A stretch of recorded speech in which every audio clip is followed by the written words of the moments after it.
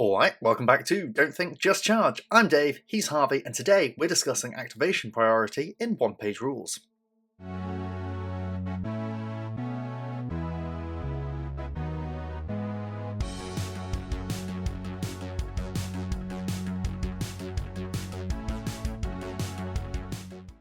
When it comes to activating your units in one-page rules, it's not as simple as just picking a unit and going forward. If you're really playing to get that win, you want to be thinking in detail about which unit you want to choose and how you want to do it, and in what order.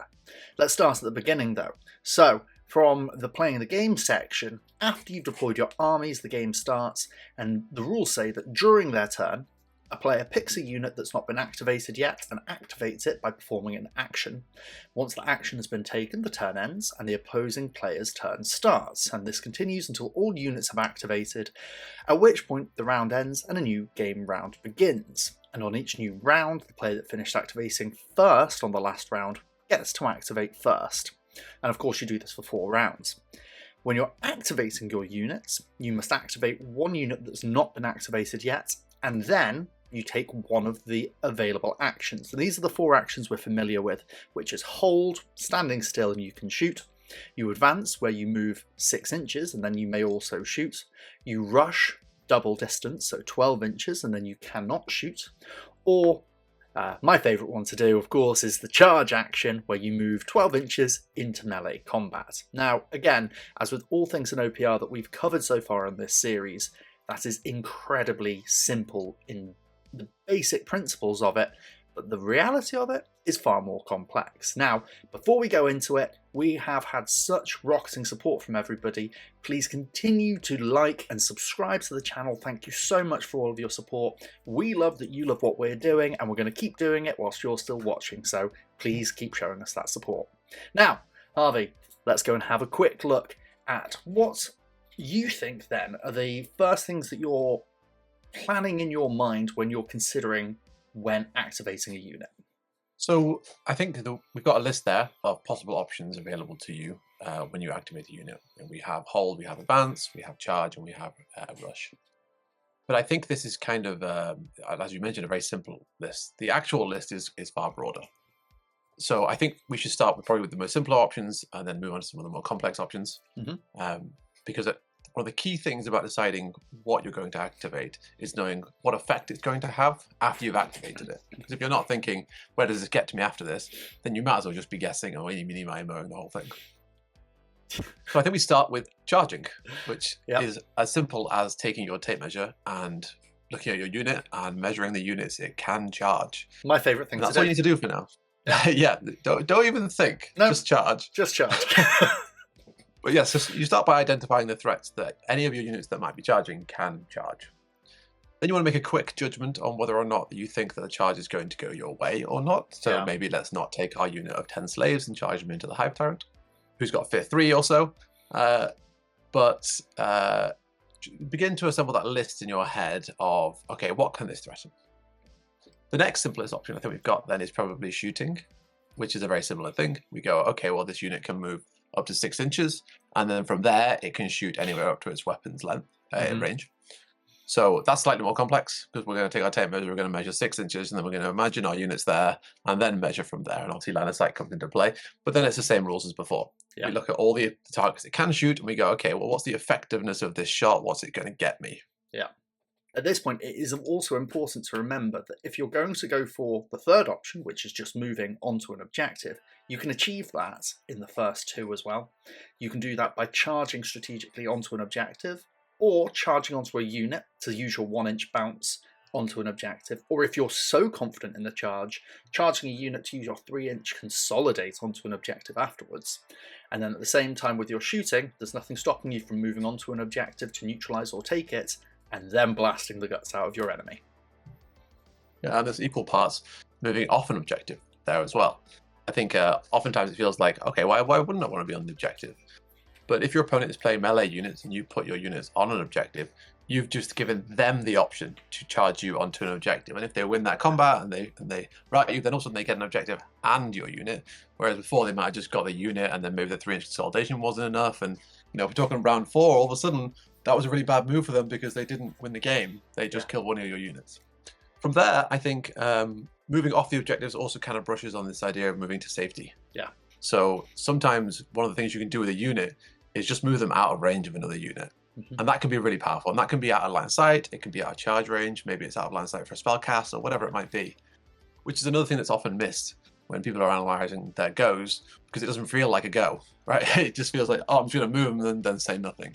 But it's obviously a very important option, especially if, which we'll touch on later, it's reducing the effectiveness of your opponent's activation. Exactly, yeah. You know, when we look at like the points cost for a unit, if we've got a 500 point unit, that thing needs to be earning 125 points worth of value every round to be able to accumulate its cost. Yeah. Now you can do that through capturing objectives, which doesn't have a fixed point cost, but it can also do that through killing your units. So if you manage to get their 500 point unit to double move 2 turns in a row because you've been pulling back strategically, that's a huge win, right? That's all of a sudden that unit is just sat there, right? And it's doing nothing, and that's a quarter of their army walking around. So very, very powerful option that I think is often sometimes overlooked. You sometimes there is a benefit to not just thinking and then just charging, and actually thinking and denying your opponent's charge. But unfortunately, the channel name of Not Just Thinking and Not Just Charging wasn't really that catchy, so sorry guys at home, we've ditched that one. Yeah, I think perhaps you should have given a trigger warning for some of our more loyal fans. To be honest. The next options are abilities and spellcasting. So these are things that often get tied on to charging and shooting, but sometimes aren't. One of the things about spellcasting is you can do it after dashing. So it's a little bit like charging in that regard, where you have a distance and then you can do stuff. But you have to be considering these, because oftentimes these kind of extra abilities, you know, we talk about like maybe like Slime Trap reduces the move speed of an opponent unit, or just like a spellcast that might do like 6 AP2 or 12 hits, wherever it might be. You're going to start getting these effects that mean you can affect multiple units. Yeah. Because traditionally, I mean, shooting can hit 2, charging can hit 1, but when you throw spellcasting in a mix, all of a sudden you can affect a lot more units. And that's going to add to the complexity of like, well, what do I want to activate? You know, maybe I have this one unit that can hit 3 different targets. That sounds great. But maybe then you've got another unit that can hit 1 target, but it's going to do way more like tactical effectiveness, I suppose, right? It might remove a threat completely instead of just tickling 3. Yeah. And then you start having to weigh up in your head like, well, what's the chances of me just tickling the 3 instead of killing them, or whatever it might be? And also, at that point, we're now talking about effectively compounding what your activation can do. We looked at it a little bit when I mentioned about charging onto an objective and moving onto an objective and shooting. That's compounding in a little variation. But what if you're moving onto an objective, shooting something, and if you're using an ability like Seduce, you're moving your opponent either off of an objective or into difficult terrain, and now you're playing 4D chess. And this one simple activation, before we've even discussed priority, we're thinking about the value of a single activation that you can get through these multiple effects that bring on through abilities and spellcasting. And this is where now we're starting to really see the depth of the importance of choosing your activation. Yeah, I think that the final, probably the most niche of all the applications you can use an activation for is burning an activation. So idling a unit effectively. Now, sometimes idling a unit is also moving them, but effectively doing nothing so your opponent has to do something. You'll see this more often earlier in the games than later in the game. So there are a couple of situations where you might see this like very, very last round where you're up on activations and you just want to go like, okay, you do all your moves because you need to be on the objectives, and then I'll do my important moves at the end that will then, you know, neutralize the objective you go for or whatever it might be. Yeah. But always an important one to consider. Right, we've talked about in previous videos like the 75-point hound unit. Right, really nice for just going like, it does nothing. Stand still. It does nothing this round. As your go, you know, especially on that like first round when let's say you've got 7 activation, your opponent's got 5. Yeah, they want to be moving up onto the board. You just go like, well, this hound does nothing, that hound does nothing. Okay, you've used 2 of your units, and now I can start making some plays. I can start stepping out of cover, maybe shooting things, whatever it might be. And how many times have we been in that situation where one of us has one more or fewer activations than the other, and we're playing that game of chicken of, if I move first, I'm in range of your threat, but at the same time, I need this unit to be ready for the next round, and then when you just get to sit there and go, I'll take this activation and do nothing, you trip a little bit, and you're like, what do I do now? I was either banking on this thing being ready and in the game, or I wasn't ready for it. And if you've counted ahead, then you're just really starting to be winning this activation priority game. Yeah, I find often when you're playing OPR, a lot of what you're doing is going like, I want to wait until he's done that thing. Yeah. Right, and I don't want to give away that I'm waiting for that, because it might be the case if you just go like and I'm still screwed at the end. You haven't activated it, and I have to make the bad play. But sometimes your opponent just goes like, oh, this isn't really doing much. I'll just double move it, and all of a sudden you go like, oh my, like perfect. That's it. That's exactly what I was stalling. Scared of. Stalling is really good for that. Yeah. To be really reductive of the video that we're going into so much depth on, you could almost put it into two categories of units that you really want to activate right now, and units that you really don't want to activate until the very last minute. And it's about finding where in between the interactions of your army and your opponent's army, where you want those decisions to fall, and then going, what do I want to actually, do I want something to be a screen first, and do I want something to get in the way, or more importantly, if you're me, you realise you've made a mistake and you need it to get out of the way. So you've got all of those, and it can even be tactical genius, because your unit could be splat bang in the way of your important charge, and you want to hold off as long as possible, and then you have to move the unit that's in the way. You're burning an activation by moving it out of the way. You're tactically retreating. You may be throwing out some abilities and shooting, and here we are, we're back in the compounding of the multiple value of moving to safety, getting your shots off, getting into cover, using your abilities and burning activations. Why? Because you actually just blocked yourself off earlier, but you seem like a tactical genius.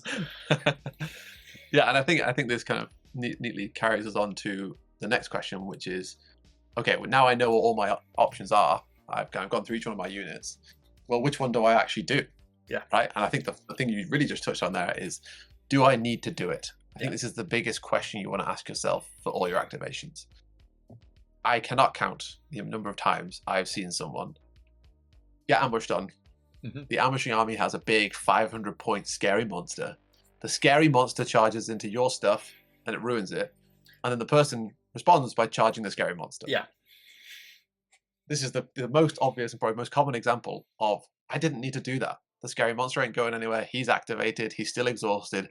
I can wait until the very, very last thing to make those charges, to make those counter trades, because they're guaranteed at this point, assuming that they are guaranteed and your opponent can't charge your charges or whatever it might be. Yeah. So I think when it's which unit do we activate, we definitely start with which units do I not need to activate right now? What can I stall out? Because it really is a game of going like, I want to use my stuff as late as possible if I can, because that's going to get me the most value. I will know more about my opponent's position at that point, more certain moves, more like understanding of the game. Yeah, and that then brings us as well a little onto this next point, which is, does your activation deal with a threat on the enemy side? Which then comes into another decision tree, which is, are you dealing with a threat on the enemy side before that unit's activated? Are you getting your 16-inch charge into the middle of their glass cannon unit before that glass cannon unit hits a unit that you want to survive and have its activation? Are they planning on lining up a charge on your caster, and you need to neuter that now, so you're going to get your unit in to deal with their threat? That's always a good point to consider when you're going through this process of thinking, right, let's get some activation trades in and hit them hard before they hit me with this one thing, which is an important one to do. And that's something that will fall into that category of activating that unit first. At the same time, taking it back to that analogy you've made before, your opponent's gone first, they've thrown their Hive Lord or their Burrower with beating on the alien hives or their giant straight into your unit, and that's the thing on your analysis of your opponent's list that's the most scary, and you want that gone. In your head, this is the point to think, it's gone. Its threat this round is neutralized, and if that's what you're scared of, now we're going to go down the decision tree a bit more. I want to attack that thing this turn. I've got my unit of deadly 3 weapons that are going to be really, really effective at actually taking that thing out.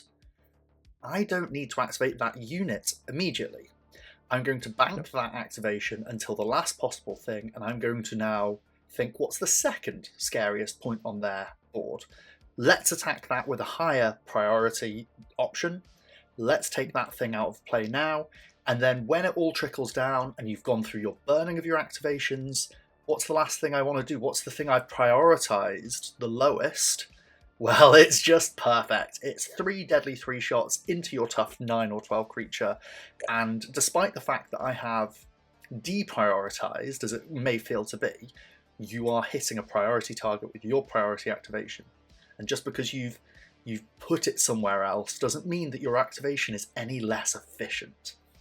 No, you've just taken the space afforded to you by the position on the board, which is really important to understand. Yeah. The next thing I think we look at for what is a good efficient activation is what does it do to your opponent's efficient activations? Now this is where it starts to get a little bit more complex. But an example, once again, that comes up all the time is your opponent ambushes in a unit. Mm-hmm. They ambush 9 inches away from one of your units. And let's say you have first activation or maybe your second activation and they haven't activated that ambushing unit. You're now in a position where you could move your unit out of range of their 9-inch ambushing melee unit. And that would deny them the ability to use that unit effectively. Mm-hmm. It's a different video. We will cover ambushing in more detail at some point, but this is why we always encourage people to threaten multiple units when you ambush it, never threaten just the one. Yeah, for long-standing fans of the channel who've seen all the battle reports that we've got over on Don't Think Just Paint, you may remember that funny character, Professor Dave, who came in and gave that very important lesson of when you're ambushing in, if you are only threatening one target with your ambushing unit, if you don't have the activation priority, then you are at risk of losing the effectiveness of that ambush.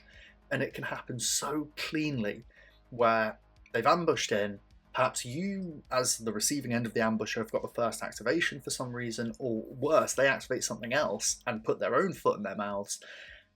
I've done it several times in recent memory of just looking at my opponent's 350, 400 point scary ass unit that's threatening an objective, threatening a weak unit that I don't want to go, threatening a key unit of mine, and I just go, hey, actually, you know what's the most effective thing for me right now? It's pulling the rug out from underneath your feet. Pull my unit back, and suddenly your 400 point activation that is already in round 2, right? In round 2, it needs to start to make its points. Oh, whoops. And this doesn't just apply to ambush either, right? I mean, any melee unit you can do this to, but you can also do it to range units. Yeah. You know, have they moved so that they're in line of sight of you, and you have a really nice activation to deny them that? I mean, this is really good for like deadly units, right? Deadly units want to be targeting your big monsters. If you have an opportunity, let's say, to move your monster, let's charge your monster behind line of sight, so they can't shoot their deadly weapons at your monster, and you're getting the charge you wanted to, then that's a great activation, right? Yeah. And it's all about recognizing that, right? Recognizing, going like, okay, I see what they want to do, and I have a very clear path to deny that.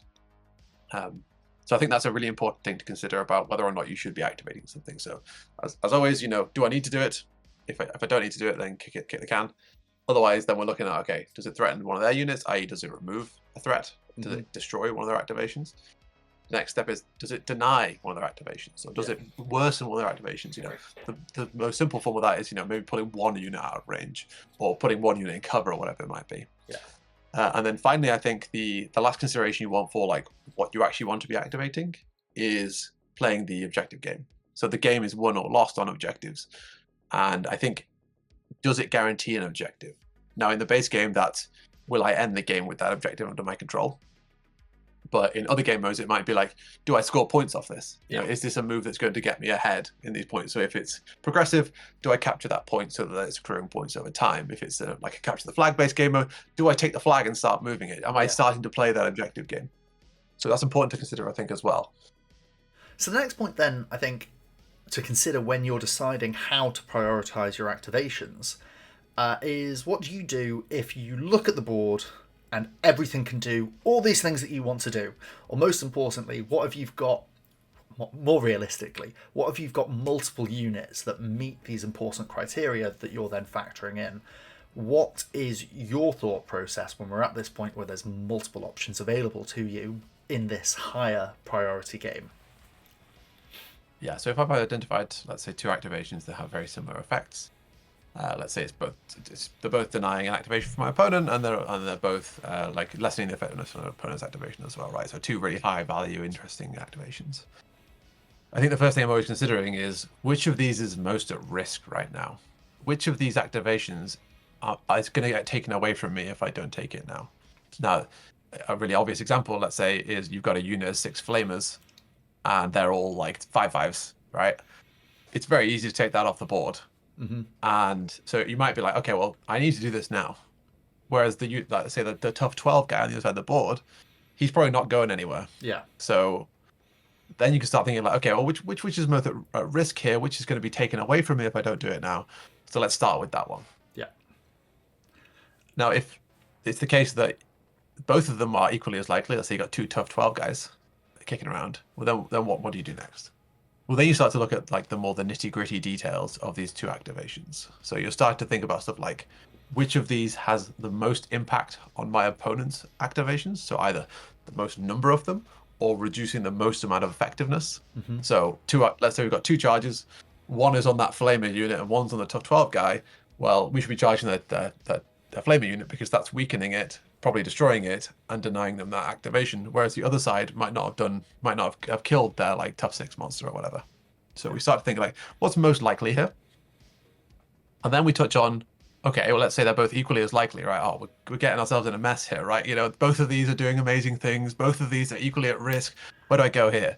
Then you can boil it down to something more simpler, which is, let's just look at the points costs. Exactly, right? yeah. If we have a really efficient trade, you know, if we have, let's say, two flamer units, and one is blowing up their elite infantry, and one is blowing up their chaff infantry, yeah, let's blow up their elite infantry, right? Let's take that valuable points trade. And this also includes how safe the unit is after the trade has happened. Yeah. If you have a flamer unit that walks forwards and blows up the only unit threatening it, that's a really good activation to do because you've ensured the safety of that unit. So you've effectively taken a free trade. Whereas if on the other side of the board, moving your flamer unit up and blowing up their other elite unit is going to get you countercharged. Yeah. Well, maybe that's less valuable. Yeah. I think the final point for what if we have multiple activations that meet the same criteria, it's then, okay, let's think big picture here. Let's think the game. Let's think objectives. Which of these two decisions has the most impact on objectives? If on the left flank, they have just their one unit of elites and you have your flamethrower guys, and by killing their elites, you have the whole left flank to play for. That's really, really good position to be in, right? But if on the right flank, it's like a big brawl, then we care a little bit less about maybe losing a unit over there because you've got another 7 or something kicking around in the same area. So definitely worth considering, you know, if you have this huge tension between these two units on your activations and they both have really great effects, which one of these has the bigger picture effect? You know, like let's look beyond this single move. What happens in the next couple of rounds for this unit and how does it play and how does freeing it up here or not letting it die here give me access to those extra options following. You've opened the gates. It wouldn't be a video if I didn't discuss chess. But by the way, don't be deceived at home. I'm rubbish at chess. I'm really awful at that game. But it has so many important lessons at this point. Of here's the key one: thinking 3 moves ahead.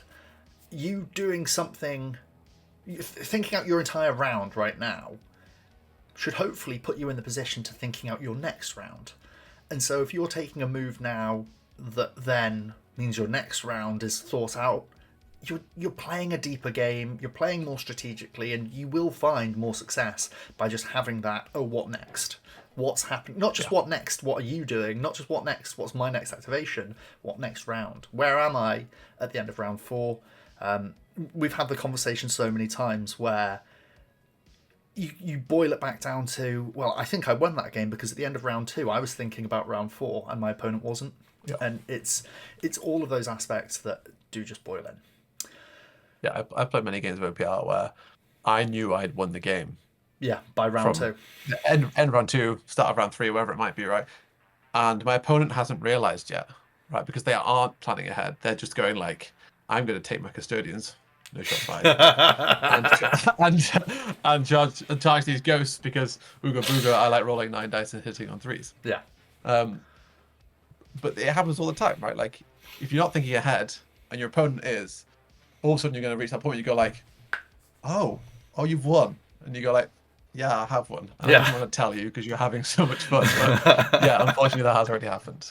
So, yeah, always be thinking ahead. And that sounds like an exhausting thing to do, but really, it comes to this like, you know, can I delay it, can I delay it, can I delay it mentality of like, it takes you like less than 3 seconds probably to go across your units and go like, don't need, don't need, don't need, don't need. Yeah. And then you can do the same thing going into the next round, right? Like, what effects are going to have in the next round? Don't need, don't need, don't need, don't need, don't need, right? Yeah. Like, it doesn't take a massive amount of time.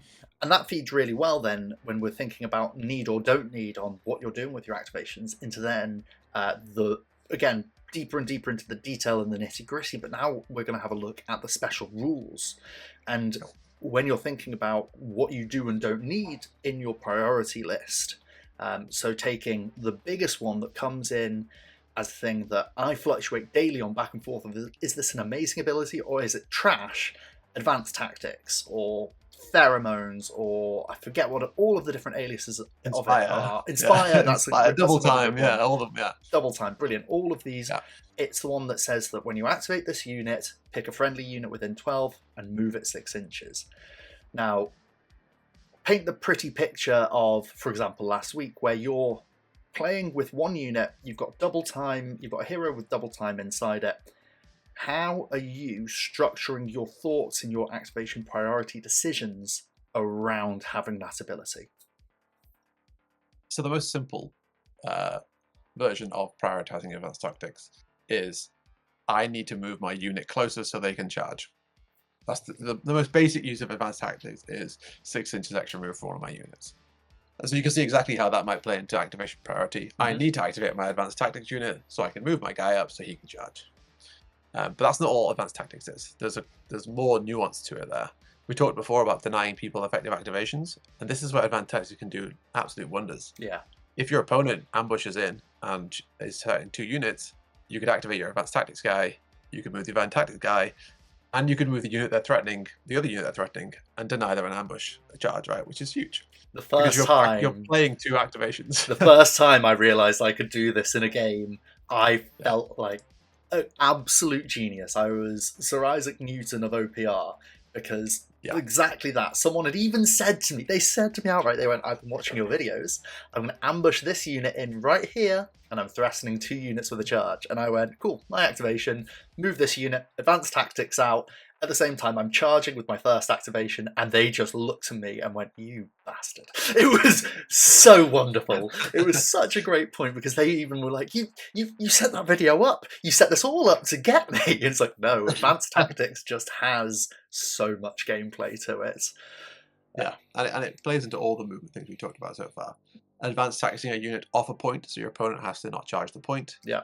Very valuable. Advanced tacticing a unit out of line of sight. So for the same reason, they then can't shoot you or whatever it is, right? Sometimes even just advanced tacticing a unit so that they're in a position where your opponent then can't get to the objective next turn. Yep.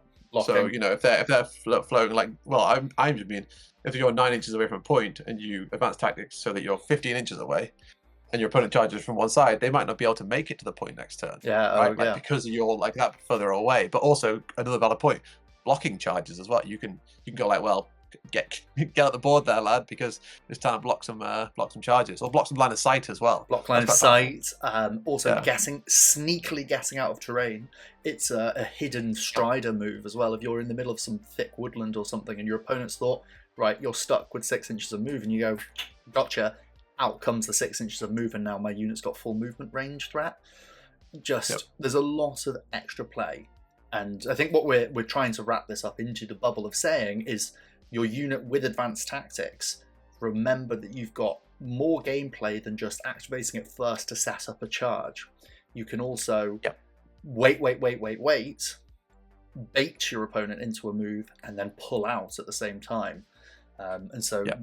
You don't necessarily have to be punting advanced tactics into your first activation of any single round. I think the next special rule, which is it's not exactly an exact example, is buffs. So rules that buff other units are obviously going to affect your activation priority. Now this is slightly more subtle, but it kind of plays more into the what do I not need to be doing thing, because buffs, you can be very greedy with buffs. You can go like, I'm going to buff that unit, and I know that there's a chance you're going to charge the unit I'm going to buff, and the buff's not going to do anything. You know, there are some buffs that only work on shooting, and you charge it, and you wipe out the unit, or only work on charging, and then they charge you and fatigue you, and then your buff is useless, or whatever it might be. So it's how to know when to do that. Now, this is a bit of a risk reward thing and a bit of a reading what your opponent thinks your next activation is. Buffing things is obviously a really good way of saying to your opponent, here's what I'm doing next, Signpost.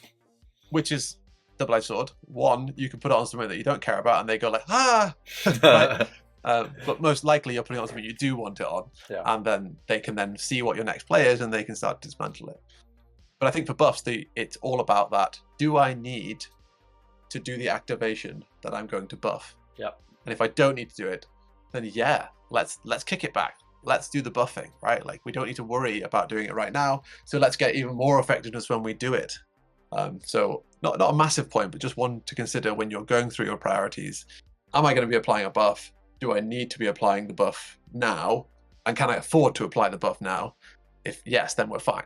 Yeah, we'll go ahead with the buffing. And at the same time, we then move on to one of your favorite things, debuffs, and in particular, Debuffs. One of the spells you've not used them against me is I'm so shocked about this because you love the spells that debuff and reduce movement speed.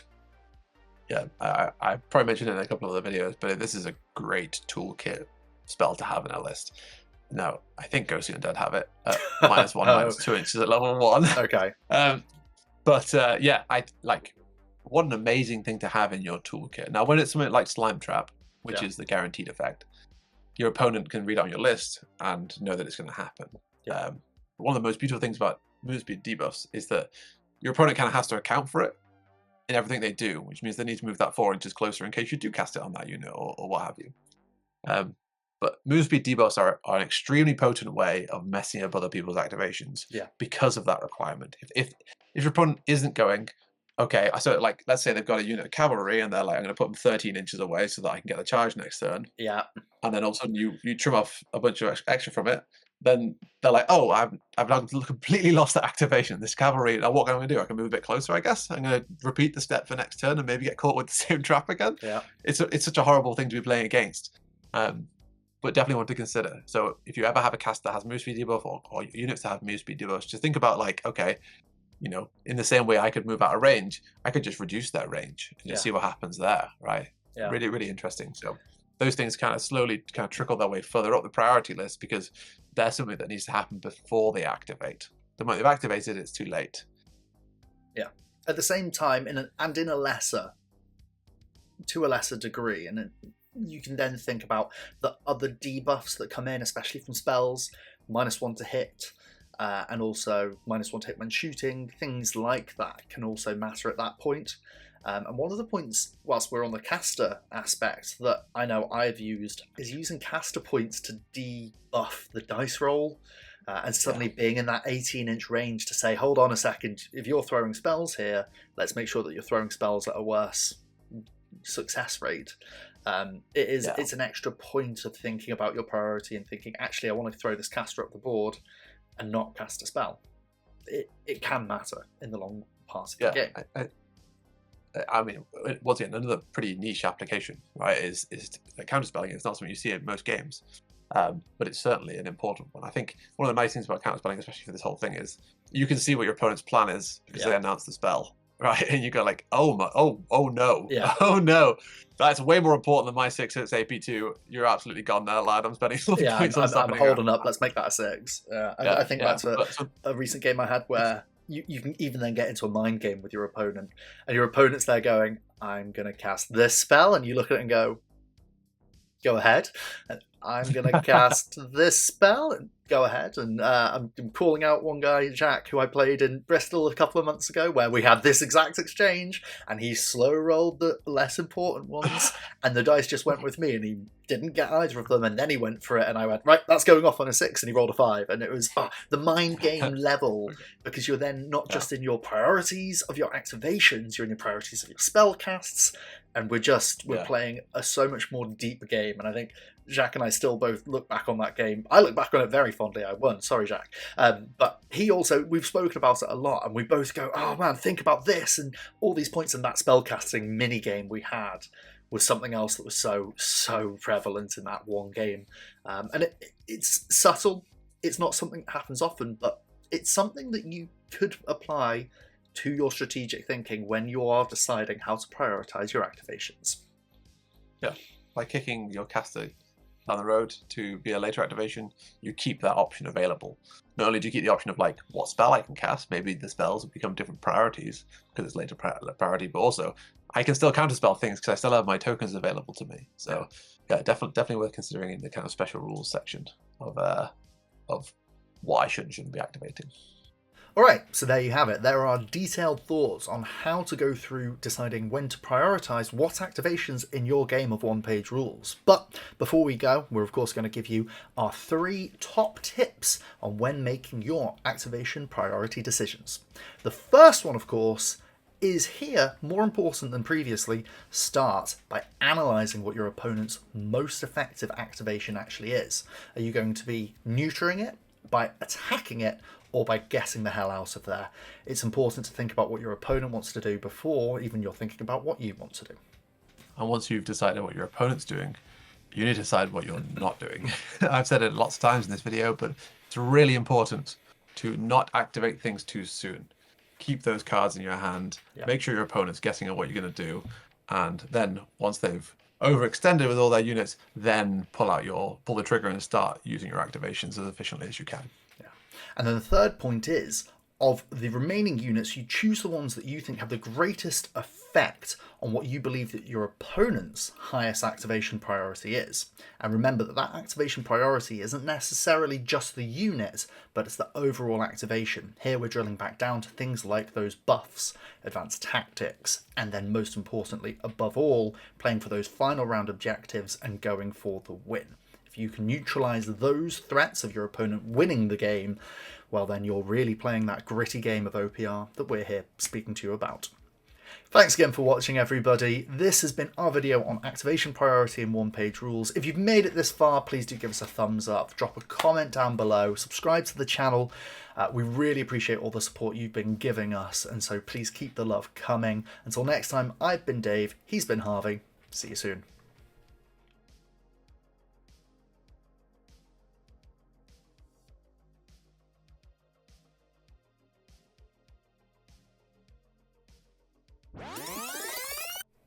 How do I want to... I was going to go for a nice big so, and I was like, no, let's not. So.